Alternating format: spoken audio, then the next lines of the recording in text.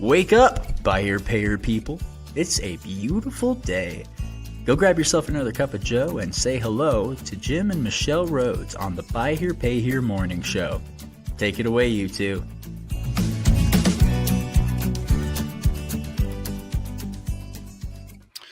Good morning. Hey, everybody. Hi, from the studio in North Ogden, our home for a while longer.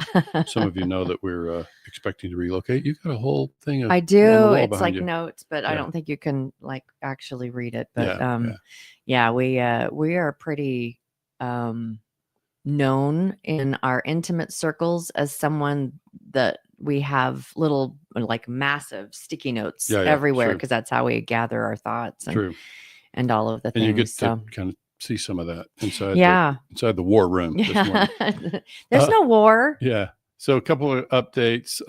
We got our V8 meeting starting next week. There's still time for our V8 folks to get in the group. And I think what you're going to see in some of the data today is part of the reason that folks really want to consider getting in these groups so they can have some real information and have a good idea what's going on in their business. So we'd love to have more folks over there. We just added a member this week onto our newcomer group for those people that are 0 to 100 accounts. Brand spanking new. Yeah. And we would love to have more folks over in there because that is a good spot to get in there and kind of understand the metrics that we track and kind of we graduated a couple of members out of that group into our larger groups recently. So we like to start folks there so they can get familiar with our summary report and all of our metrics. Yeah. I wanted to just take a second, if that's okay. And I don't want to get emotional. I won't know if it's okay until Thank you, honey. Today is a pretty emotional day. Oh yeah. And I want to recognize and honor that it's a heavy place that everyone on this planet is in right now. There's a lot of just heavy, high emotions, just really, there's a lot of just heavy emotions. And I woke up this morning experiencing that. And I have been practicing for quite a while grounding. And so it's just like getting out of my head and just letting whatever it is that feels heavy, just shoot it down into the planet. Just that kind of like grounded and getting out of my head. And I was doing that a bit this morning because I woke up just feeling really just heavy and more so than normal. And I got in the shower because it's the shower, Jim knows, is kind of like that's where I meditate. That's where I, center myself. Our water bill's outrageous. It is because I empty the water tank every single time. And I felt inspired, turned on some happy music and danced and just moved and, like expressed through movement, just joy and love and peace and all of that. And it helped so much. So, I for what it's worth, for those that are listening, if you're feeling heavy, just weighed down with the things of the day, of the things that are happening in our worlds and the things that we are just experiencing a lot of fear or anger or all of those kind of things around. I just really encourage you to help lift your soul, dance, find some happy music, get out there and just move. And even if it feels disingenuous, just move, just get it all out of your system. And it really will help because it's pretty heavy right now. I couldn't help but think about, as you say that, or is it possible that people are feeling this heaviness and negative energy on the planet because you're shooting all of yours into the planet? Probably. Are you just sharing a lot of your negative energy with a lot of people? I don't have a lot lot of negative energy. Okay, right. So, but that's the thought for the day. Because I kind of think that a lot of people would benefit from just turning everything off and just grounding and just dance, move for a minute. Sure. Yeah. Got it. Shall we move into our I think subject then of so. the day? Yeah. Jim usually has a joke to alleviate whatever he feels is heavy. And so he already did. He's I like, did that. maybe that, yeah. Yeah. But, and I appreciate that because Okay. he kind of pulls me out of my burp thing Okay. and All it's right. wonderful. Okay. All right. Subject of the day, repos. Well, yeah, let's show that tile first, that green Yeah. tile from the Facebook post. I put this on Facebook a couple days ago. And so for those who can't see the screen, it just says collections is greater than underwriting, which is just a short way to say collections is more important than underwriting. Am I wrong? Oh man, there are a lot of people that are going to land on different sides of this. Yeah. And I end up finding it amusing. Like it's something you look at our industry and people feel so strongly about their stuff. And it's like, I think, it's like, it's okay. Look, you can, obviously everybody can have their opinions and that's part of what Facebook is for. Right. Yeah. But it's like, when I look at the stuff, I think, well, what basis do you have for, your opinion? So this is why I'm just challenging our entire industry, and we're trying to live by it ourselves and model is like, let's get factual. Let's do the best we can to lean on actual numbers. And so that's part of what today is about. But I think before we move into our actual numbers for the day, I would say that I could have written this differently. Let me think about it. You could say someone who's very good at collections can overcome may have more success than somebody who's only good at underwriting. Yeah. And I can think of numerous dealers that would say, you can underwrite any way you want to. And if you've got great collections, and I'm not talking straight line, I'm angry or, bring your payment in kind of collections, but where you're engaging and you're there and you're offering opportunities and you're offering assistance, all of that a good collections policy, a good collector can overcome almost any underwriting it's just not any, but you know what I mean. Yeah. Well, there's a lot of dealers out there that believe that. And I think for this morning, I won't even render my opinion. It's like, it's not about opinions. I think it's really about, I think when I look, when I see this data, it's kind of like, I almost can see a difference in what I would call a D+ customer and a D- customer. So let me explain what I mean by that is when you think about, in our segment over the years, I've heard it described as, A paper is premier paper, top credit scores. B's are got a few glitches on their credit, but they're still strong. And then C is marginal. And then D would be this kind of unbankable customer that we finance. And it's been my observation across my career that a D- customer, we'll call them. And maybe the reason they're in a D- segment is largely because of income. Right. They just really struggle because of income, perhaps, is one of the factors. Yeah. But when I think about a D- customer, I feel like they require a lot of hand holding. So even though we might have underwritten the deal correctly at the time, based on all the information we had at the time, the truth is across the 3-year note, this customer is going to have a roller coaster. Yeah.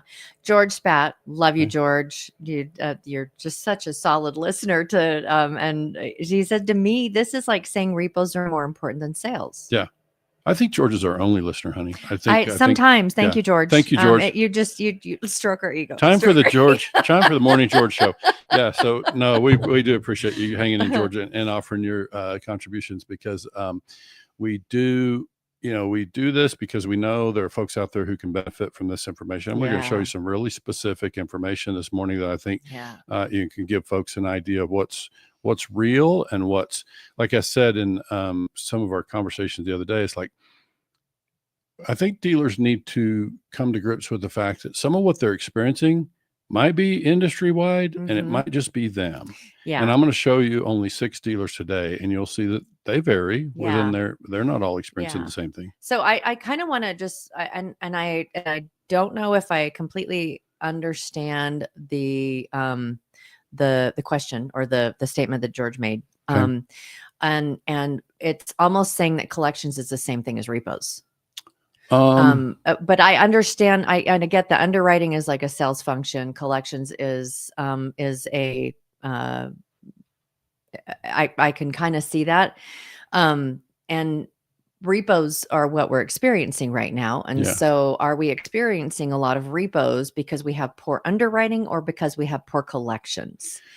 Yeah. So obviously this post that's on the screen is wide. It's very vague by intention, right? Yeah. It's just really trying to zoom way out and say, which to you is more important to the success of your business. Yeah. And I hope that's what people interpreted from that. But. And I know from my perspective, it's, and again, I'm not a subject matter expert. It's just an ancillary. It's a perspective of all the different things that I've listened to and watch is like this class that's coming up here pretty soon from NIADA from Brent Carmichael. He's teaching the class, Collect the Cash, Not the Car, is that it's that repos are not what we should, that's not the focus. That shouldn't be the focus. It should be, how are we making it possible for people to be able to pay? Okay. So, yeah. I mean, again, this is, it's open to interpretation. Exactly. So that was my interpretation. Yes. It was intentionally, a wide net. And, but if I just look at those, if you think of those as a department, most dealerships are small enough. They don't have, at least most people who listen to this podcast, probably, they don't have a separate underwriting department. They don't have dedicated underwriting team. And we really encourage a lot of the people that we've worked with is it's if they don't have a separate underwriting team, that they include collections in the underwriting process. Yeah. Like the manager or the director or the lead in collections somehow in that process. I think that's a subject for another day. Yeah. I agree. I think that's something we definitely encourage. And I think, before we move away from this, I would just say that I'm really just trying to, let me just reference somebody I've referenced before. I know a dealer who's been in business for decades. They're nearly as much analyst as I am. Like they're deep in data. So you guys get all nerdy together. Sort of. I mean, the dealer shares with me what they have learned across decades in business. Okay. And they've experienced two different kinds of business models in their decades in business. In the buy here, pay here industry. Correct. Okay. And they've shifted their business model and they have a very different model than where they started. Okay. So when I listen to this dealer, I believe that they're speaking to me based on factual information, based on their own data. Yeah. Right? Yeah. So they've interpreted their own data. This is not just opinions and guesswork. And what this dealer says is, and this will make some of the underwriting software people unhappy, but what the dealer says is, I've looked at it all kinds of ways and I cannot find anything about the consumer that is predictive. So based on that, when we say underwriting, there's a lot of things to underwrite. And if you look at some of the different deal systems that are underwriting tools, then they typically look at the consumer profile, credit score, whatever else, probably income, right? They'll look at the customer's credit profile in that. Yeah. They'll look at the deal structure. Okay. How the deal is structured. And I don't have that in here. Some people would lump underwriting or deal structure into underwriting, and then the third element would be the performance of the car itself, the collateral itself, like how well will a 2013 Camry perform on a note, right? So just like that part. Yeah. So what this dealer says is these other elements are predictive. You can find trends in the car, you can find trends in the structure of the deal, but in the consumer, he's just not finding it. And I feel like once a customer kind of steps off of the unbankable step, they step into unconventional financing, then I think it's been my experience broadly. I haven't studied this in any depth, but it's been my experience that there's not a lot that's predictable over there. You can lean pretty heavily on income. I think a lot of people say ability and stability are important, but I don't see any hard data behind that. Yeah. It's funny because, I've jumped on the bandwagon as well. When people say, well, our customer is different, it's like, no, they're all unpredictable. Right. And it's it's be interesting. And I'd love to see another subject for another day. When you say that there is you can predict how your portfolio will perform within certain standards. You know, as you're looking at that, and how that overlays with what this dealer, because I think I know who you're talking about, what this dealer has experienced. It's like, does that still play out for his portfolio? What I can tell you about this dealer's portfolio is that it's performing quite well on the new model in comparison. And the dealer did not change the kind of customer they financed. They simply changed deal structure and type of car. Okay. So that much I can share with you tonight or today. And so then just be aware that that's kind of where I'm leaning here is I think I think it just kind of, the reason it amused me is how people chime in and they're so assertive and they're so, you know, emphatic about their own position. I think, what are you basing that on? Like, you know, what do you back that up with? So I think it's just, for me, it's like, it's a fun part of it. And again, I'm going to continue to challenge everybody. Bring your data when you come and you present a theory, you know, or a hypothesis. Let's bring some data to back it up. So let's move into our own data this morning. Let me get it shared first, Michelle, and you can put it on the screen. So let me kind of talk to you about what I did. And I regrettably, I was only able to get data pulled together from 6 dealers who have a meaningful pool of data to work from. So one moment, Michelle, I'll get that shared. Okay. I think this has got it. So let me share with you what I've done. I have, you seeing the screen now? I am, but I'm going to change the way the screen is laid out. Let me also try to see what I can do. We're going to go like right here. Okay. I'm going to also try to zoom in just a tad for our viewers. So let me, and I've got this, there's tons of data that this sources, but and this is multiple dealers. Is the dealer that you were referring to in this as well? No. Okay. Not yet. They probably will be. And let me also share for our listeners that I think because repos and just portfolio performance and economy and the market at large is such an ongoing kind of hot button thing. I think what you can expect to see until further notice, this will be the subject of our Friday podcast for the foreseeable. It's what everyone is really, really challenged with. And I hear people say, how do you do collections? What's happening with your, it's all in the same umbrella, under the same umbrella. So I think what we'll do is we'll kind of stay in this lane and probably bring some dealers and some guests to this conversation because we have lots more data to be able to build on top of this. So, but let me just share, first of all, everything that you're looking at today is actual data through the month of August. Okay. And all we're looking at today is a 6-month rolling average. So I didn't look to see how August was different from July or any of that stuff yet. All I'm looking at is a 6-month rolling average, which we already have baked into our V8, summary report. And I have 6 dealers because these dealers are out of the portfolio size that are 100 to 500 accounts. That's the dealers who meet this coming week. The majority of dealers out there are right around that. Yeah, it seems to be. I used to think that, but I would say right now we have about as many dealers, at least in our V8 system, we have about as many dealers that are 500 plus. But back to this, like this data is really just from dealers that are 100 to 500 accounts. And I chose these 6 dealers quickly this morning because I have data for them all the way back to January of 2024. So that gave me more of a trend to look at across 6 months of a rolling average. And all the data that you see out here on the screen, I have most of it charted. So I'm going to go into charts, but let me just show you what we're looking at and how these things are calculated. So let's look at this first one. This dealer NC1, when I say that June 2024, their charge-offs were 2.3%, what that means is from January through June, they averaged charging off the gross principal balance of the account at the time, whatever the customer owed, gross principal at the time that the account charged off. That's the number, but it's compared to the amount of principal in the portfolio at the start of the month. That's a number we lean on pretty heavily in V8 for our metrics.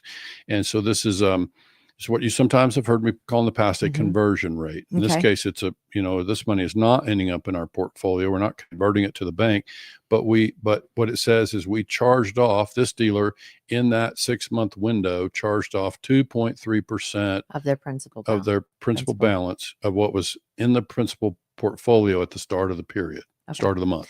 Okay. So let me ask you, just like simple math. You have a $1 million portfolio. It's basically you've charged off 2.4% of that from the principal in your portfolio. That's how much you charged off in that month. So that would be like 10. Well, I didn't know we were going to do. I use spreadsheets for math. Okay, but no, look at me trying to do math on the fly. So it basically would be that percentage of it's the percentage of the principal that's in the portfolio at the start of the period, as an and aggregate, that's the most useful because now it lets us get a sense of, well, if one dealer charged off 50,000, another dealer charged off 50,000, that's interesting. But if one dealer has a much larger portfolio then obviously that's a different thing. So that's why we lean on the percentage of the portfolio, and not per account, but this is like in general or in aggregate for your entire portfolio. Gotcha. Yeah. So what you see there, let me just jump to the graph because I'm very visual, and I think most of our viewers would be as well. So if you're catching us on audio, you might want to find it on YouTube and always subscribe when you get over there so you can catch this stuff on video. But I think the best way to look at this kind of thing, and let's back up and remember what we're looking at, what we're trying to determine here. Dealers are out there saying, you could look at the threads in some of these Facebook groups, and you can hear dealers saying, man, my charge-offs are through the roof. They're the worst I've ever experienced.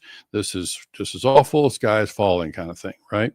So I just think by showing some real data and making it over longer trends, we can see, is it really changing a lot? On these 6 dealers, there's a bit of disparity in the way that their numbers look. So let's click on this first one, which looks like, according to the legend up there, is the dealer in Iowa. Theirs have been quite stable, and then they're dropped. actually down. They're down some. Okay. So just one dealer, but this dealer across the last 6 months is actually lower. So it's like they're the dealer that's piping in saying, I'm not having a problem. And I just think it's important to recognize that, and this is just the first dealer. Some of these other dealers are up, but this particular dealer, again, keep in mind, we're looking at gross charge-off. All charge-offs that would have been the gross write-off in your portfolio. This dealer in Florida is up. Certainly you can see that their average topped 4% back but they're trending. They're trending down. Well, not trending. Down a little bit from That's July. True. From July. That's true. And so they're lower than they've been since April. Okay. About when you look at the numbers. Yeah. So I think that's so you can tell this is your legend over here, or your x-axis is 4%. So there's quite a bit of difference, right? Some of these dealers are up 5%, but again, that Oklahoma dealer, holy crap, what is their blue? Very consistent. Very just This is what happens every month, kind of thing. They're a low volume, low charge off operation. Been very stable for a good while, and so there's a lot to explain there. But I would just say that clearly they're not experiencing anything dramatic. Yeah. Right. They're pretty stable. Then the next one, let's see, this kind of a medium green is going to be. They're relatively, they've had their ups and downs, but they're about where they started from. Yeah. That's true. Just kind of like, we have a poor month and we have a good month and And you can see that their charge-offs, keep in mind when that number dips down, that means their charge-offs are lowering, right? So you can see like the trend is downward. Yeah. And they had a lowering back in like February and this is the interesting thing is like you get these dealers in a room, a virtual room, and they're like, what did you do? Yeah. Yeah. What's different? What's different? I mean, you Or how come know, yours is so stable? have you changed your underwriting? Have Yeah. you changed your whatever? Why is it so stable? Why, you know, Yeah. what is it that's changed? Yeah. It's great conversations. And there's a lot of things to There's look my at, plug like for back to VA. the guy in blue, like Uh-huh. their charge-offs are so stable. It's like, what are you doing? Only allotting 2 charge-offs a month. And so your delinquency is going sky high. Like, you know, what's happening? So Yeah. it's why we have to have all the data, right? So now Yeah. this dealer is certainly experiencing An increase. You see the trend going yeah, up. for Yeah. sure. And so, yeah, there's definitely some important things to Yeah. analyze there. And Mhm. based on my legend, I'm not seeing the colors great, but is that which dealer is that? That's Texas. Okay. Is it All right. Texas? Yeah. Yeah. And it looks like they've kind of doubled almost Mhm. their charge offs in the last 18 months. Did you Right. say? Yeah. Yeah. Yeah. So this runs, well, Mhm. no, actually this is a 6-month Oh, 6 months in the window. last 6 months. Right. Well, the dates on the bottom show a year. Okay. But what I'm saying is when you look at August, you're looking at a 6-month number. So, Oh, okay. so we've got rolling average. roughly, Yeah. you know, 18 Yeah. months or so worth of data here. I Yeah. guess not quite that much, Yeah. but you get the idea. And It's then like our Pennsylvania one, there is they're fairly stable. they're fairly stable. They're seeing Yeah. an increase since April, pretty steadily increasing the 6-month period. But they ending haven't April. doubled. No, their Mhm. 6-month period in April was pretty good, best they'd had since the prior July. Mhm. But now they're trending up, and the first time to be above 2%. You know, of Still lower gross than most charge-off. everybody else. Yeah, still lower. That's a good point there. But I think, you know, in this simple illustration, one of the things that'll happen, and we stay on this conversation for the coming weeks, we're going to have more data compiled. Mhm. I've got out of the larger groups, we've got data coming in Mhm. that will also have, you know, data back to January. Uh-huh. And so we'll be able to build in more data and have more kind of case studies to look at here. Yeah. And I think this is part of why we want, you know, folks to see that. Let me jump to the net side. Okay. Remember what you've been looking at is gross charge off, charge-offs. which is the amount the customer owed on the account, irrespective of what we recovered in repos, the value of the repo. Yeah. Okay? And it's an aggregate, the entire portfolio. Correct. Yeah. So now this is net charge off. And This is after they've collected whatever it is that they've been able to do with the repo. That's right. Okay. So whatever, and of course, there's always a degree of subjectivity there. I would say that the dealers that are listed here, I'm familiar with, and they're consistent in their practice. You know, the method that they use for arriving at repo value. So on this one, trends going down or trends going up or better? Well, I would say that we want net charge-offs to be lower, right? But I think the reason I wanted to illustrate this is now we bring in the repo value, you know, with some of these dealers, and you can start to compare, you know, what are our repo values. And we had a conversation on this some time ago about when charge-offs are up, sometimes bank accounts are up because our repo recovery, we're recovering cars instead of payments. So short term, we're going to see more cash, especially if we're just liquidating those cars, right? But even if we're recycling, we have to spend less at the auction because we already have the car. Yeah. So you're going to see an increase in bank accounts temporarily. So that's why I think when you start to look at a net charge-off number, and one of the things I look forward to bringing is the interest coverage, because I think that's a better test of kind of portfolio we've talked performance. about that before. Yeah. And so I think this is, you know, we've got that data. We've got it for this group too. We just didn't build it into this information for this morning.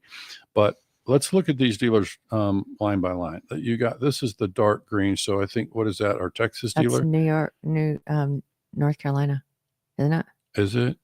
I really or it's Texas. Sorry, it is Texas. Okay. Yeah. So after you factor in repo values, this dealer's net charge off was low, but clearly it's much higher in recent months, even after adjusting the repo values. Right.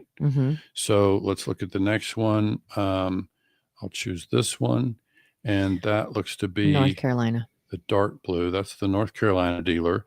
And even after repo recoveries, they're clearly the highest in the group at the close of August. After factoring in the repo recovery value, then we've got the highest net charge off in the group, and they're clearly trending up. Okay. Let's look at this purple one. The purple one, I realized after I loaded it, it was missing some data from the front end. We were missing a few months at the beginning. So I started theirs in September. But clearly you can see that, their net charge-offs were up. Then they had kind of improved. And now they're up again, but not. It's high, It was higher in 2024. Yeah. Right. Yeah. So it's an indication of what's going on there. Then Orange is our Pennsylvania dealer, and clearly based on their net charge off, they are trending up. They are, seeing the highest net charge offs that they've experienced. And so for some of them, they would say, yeah, repos are, at least across the last 6 months, is the worst 6 months we've experienced. Right. Yeah. But it's just one dealer who's having that particular experience. And then the blue is Oklahoma, again, quite stable. But that's the one that was just right. And it looks like they've actually improved what they're recovering.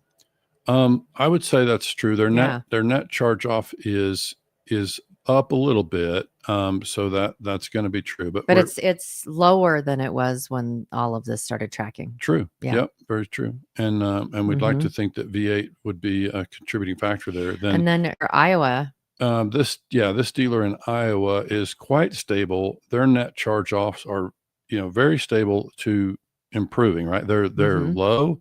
And so you definitely want to see, we want to see gross charge off and net charge off be low, right? All we're doing here on this number is we're allowing for the repo recovery. And then I'm going to go back to the data screen with all the tables of data, because there's one more number that I want to introduce. I didn't get an opportunity to chart it. But we're looking at repo recovery as a percentage of total yield. And what I mean by that is all cash yield would be, what kind of money would we bring into the bank deposit from our buy here, pay here operation each month? That would be principal that we collect, interest that we collect, and repo value. I'm not counting down payments because that's on the sales side. That's just how the customer pays for the car. I'm talking about yield on the portfolio. Okay. So when we look at this, we'd say, you can see this first dealer, they were at 12.2%. Their repo amount of the total bucket was at about 12% back in June. Now they're at 22%. So clearly they're much higher now. Repos are accounting for a bigger part of their quote bank deposit now than they were back then. And if we look at the next dealer, Pennsylvania, same thing. Their repos account for, they're both of them have pretty much doubled. Yeah. And now the next one, Texas is maintained. I mean, it's a little bit of movement, but it's about the same. It's slightly lower. Yeah. Than the next dealer, Oklahoma dealer. Is half. Yeah, it's cut in half. And then the Florida dealer, this is a little bit up. Actually, I'm going to remove this because I don't know that we can rely on this data from this period. Okay, so I'm just going to remove that. But they were at 7.4 now back in September. And now there's been a lot of movement, but yeah. And then you look at Iowa and it's like, okay, they're better. It's like, what are you guys doing? Yeah, so they may be feeling it in their bank deposits because they're not recovering as many repos. Now they're growing their portfolio. Obviously, they're seeing more payments because they don't have as many repos. So this is the interesting part that, we are always working to try to analyze and help dealers visualize, what's happening in their business. But this dealer very well could be, clearly their portfolio should be growing if they're seeing fewer charge-offs. And so they're going to experience cash flow from that.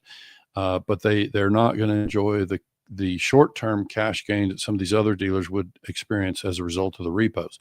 So go ahead. You had a question? No, I didn't have a question. I was like, I'll get to it later. Go. Okay. No, that's cool. So that's all we wanted to just kind of introduce. And so I think this is part of why, it's important to, let me just double check one quick thing. Is there any, I know a lot of people listen because they're trying to learn, and this is just looking at trends. Yeah. And their trends may be completely different, but are there any like nuggets that dealers can walk away with to be able to have a little, have more stability, have more feeling like that they're able to buffer some of the storms of the things that are happening. Is there anything that we can draw from this? That I know these are just charts, and so we're not looking at right now at their underwriting and the type of car that they're buying and deal structure, all of that kind of stuff. So here's what we know. Okay. If we're experiencing a spike in charge-offs right now, so first of all, about me as a coach, I'm not super reactive. Like I tend to be pretty steady, and I play a long game, and I want to try to solve problems today in the most permanent way possible, because and in life, that is just really a great way to approach stuff. I hope so. Yeah, the hard times, the ups and downs. It's what makes sense and works. That's why I like my husband so much. But thank you. Yeah, but and I like you too. Okay. I would just say that what I'm trying to get to here is that in the interest of not being super reactive, let's look at what we can't fix. We can't undo the deal structure. It's already done. We can't undo the underwriting. We already did that, right? So what we're faced with is, in order to reduce charge-offs, the first thing we talked about this in a podcast weeks ago, it's like, we got to communicate with our customers. We got to know what's going on with them, right? This is like, first thing and not as punishment. Right. Yeah. It's the communication. Everyone's hurting. So you want to solve some of your charge-offs, and it may not happen tomorrow. It may spread out, but if you want to see your trend line improve, make time today to start communicating with your customers before they're past due, because when we're just being reactive. When we're reacting to delinquency, by then it's too late. The customer's in a hole, and they're going to have a hard time digging out of that hole. And so we know about our customers. If the economy's tough, and it might be tougher than what the news media is trying to tell us, or some administration. Right? Our conversations are like, man, what we're being told and what we're seeing are different. Yeah. So because people, I was just talking with my kids, with all the kids in town and all of that. This last week, it's like, how is your money spending? Right. And it's like, incomes haven't changed, all of that. How is your money spending? And it's just, it's hard for everybody. It seems to be difficult. There's some indication. I think you said, I didn't see the study, but you referenced a study a while back that said that even near prime customers that nationally they're showing more delinquency. Super prime customers have like the highest that they have seen in 60 to 90 day delinquency in a very long time. Okay. So it's even affecting that. It's happening across the board. Okay. Yeah. So let's go back to how we help our dealers solve anything today. Again, we're not saying this is an overnight fix and you're going to cut your repos in half next month, but by starting a practice to be proactive and communicate with your customers and find out from them, how is this economy or whatever else, how are you getting along? How are you getting along with your car? Is your job going okay? How are you feeling with the money crunch? We're all feeling the pinch. Yeah. And so we're really, really aware that no one is walking away without feeling some kind of squeeze. So how do we work together? Yeah. So we're going to not do what, our description of the show, we said, we're not bringing hopium to the podcast. No hopium. Okay. So I love that. We can be clean on that. So but we're going to give you some real hard facts. If you want to have a chance to help a customer, and this again goes back to kind of where we started.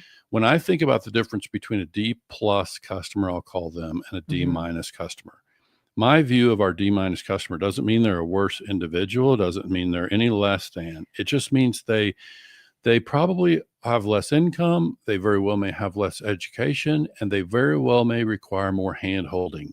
The end. And So we're going to have to talk to them in order to solve a problem with them. We're going to have to talk to them and know what the problem is. And it's a really great place to layer in compassion for everyone's experience. And I love like Candace Price, a really great dealer out of Nebraska.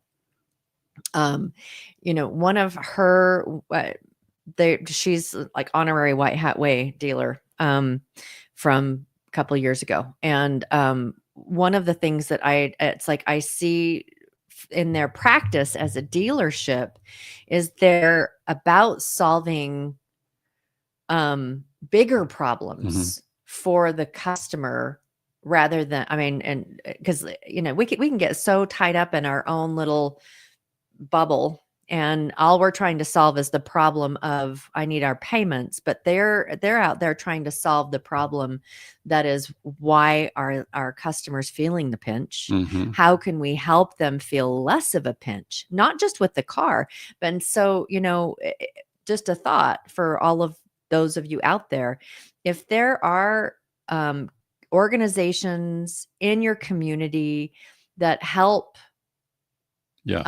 solve problems for people that are our customers, lean in with them too. It's like, how, you know, we're in there, we're do a fundraiser, do a, you know, do a drive, we're here to help. We're combining efforts. We're trying to help your experience be lighter. Because imagine, you know, like leaning in with those that are helping and how that builds such a deep level of trust for those that are suffering, because there's just a lot of that's happening. So, you know, find ways in your community, find ways to lean in with helping your customers solve bigger problems. If you can redirect some of that effort, of that collections effort, communicate with them, all of that, that will pay in dividends. Maybe not in your bank account at first, but in people feeling like they can trust you in your customer base and your community. It will help. We've got we can't stop yet. We got something I have to clear up. I made a mistake and I recognized it in looking at this data myself. You made a mistake? Yeah, I know. And so I've got to immediately edit this podcast when we finish so I can avoid having to spread that misinformation. Okay. So the data, let's show the screen again. If you can show the chart. It's not in there. Oh, okay. Let me get back in there. Can you add it to the stream? I cannot. You have to add your screen. Okay. Which one? The collections and the underwriting screen, or the data screen? I don't have the data screen with the graphs. Yeah. So you need to one moment. reconnect. Let me get back over there. Sorry, technical stuff. Yeah. Bear with us. So here we go. Thank you for the background music. Let me get this shared right before you bring it back up. All right. So here we go. So, all right. Heading to the stage. Okay. See that graph? This is the same graph we just reviewed a minute ago, but I had the wrong header on it. So shame. Well, no, listen, the data, it's bad data. Like it's the wrong row of data. Okay. So what I'm saying is we weren't, I said earlier when we were talking about it that we were looking at net charge-off numbers. We weren't. We were looking at repo recovery as a percentage of the opening principal. So I'm going to go ahead and explain that now, so we can edit out the part where we talked about that before, and we'll cover this part. But what it's different. This is basically looking at the amount of repo volume that we saw, and this is based on whatever coming back.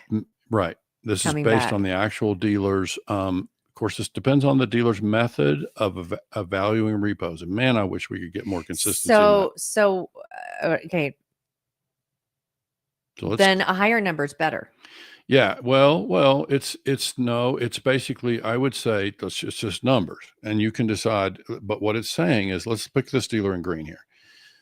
This dealer is experiencing more, like where they're higher, they're experiencing more repo recovery in that period.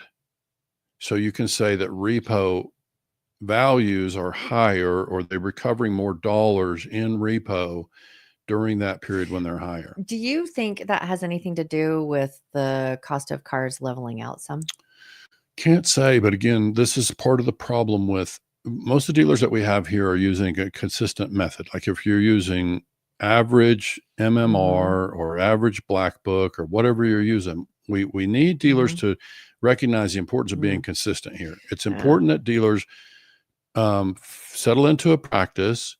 And ideally that practice, I'm not an attorney over here, but ideally that a practice would be consistent with, UCC sort of rules where we're giving the customer a fair value. There's a reason they call it fair market value of the repo.